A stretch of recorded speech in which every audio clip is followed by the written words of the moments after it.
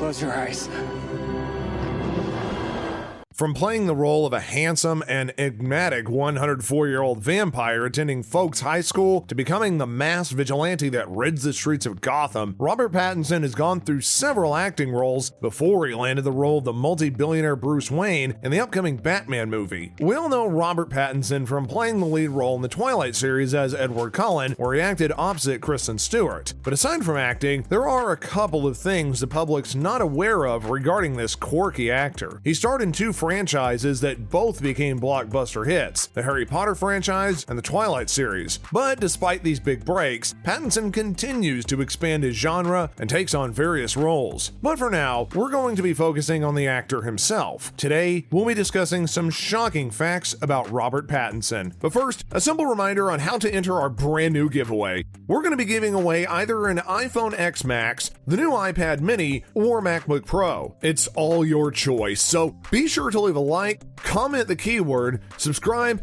and turn on post notifications to enter the giveaway. It's that simple. Number 1, he has musical talents. Unbeknownst to the public, Pattinson is also imbued with musical gifts. Long before he decided to pursue a career in acting, he was already into the musical arts, where he started learning how to play the piano and the guitar at the tender age of 4. He even has several songs accredited to his name, including some that were in Twilight, such as Never Think, I'll Be Your Lover Too, and Let Me In. In the 2018 comedy film Damsel, where he starred alongside Mia Wasikowska, Pattinson also sang one of the original soundtracks entitled Honey Bun. Aside from that, he's also credited for being featured in the song Willow by the Tindersticks on the film High Life, which he also starred in. Number 2, he admits that he's a big fan of Jack Nicholson. Pattinson admits that he has a lot of veteran actors he looked up to, such as Jean-Paul Belmondo, Robert De Niro, and Jack Nicholson. In an online interview through an online portal, Pattinson shared how he grew up watching several of Nicholas's films and cited that his favorite movie of the actor is 5 Easy Pieces. Nicholson was also part of the Batman franchise, wherein he played the role of the Joker in the 1989 release of Batman opposite Michael Keaton in the lead role. Number 3, he got cut from his first movie debut. Although his breakout role came in the film industry with the portrayal of handsome yet ill-fated Cedric Diggory in Harry Potter and the Goblet of Fire, Pattinson has another film credited in his name, but unfortunately didn't make the cut. In 2006, he was part of the cast of the 2004 romance drama film Vanity Fair, where he played a small role opposite his future Water for Elephant star Reese Witherspoon. Excited to see his appearance in the film at the screening, he was surprised that he got cut in the final output of the film. The actor recalled back then when he was about to witness the scene saying, quote, "I'm sitting there going,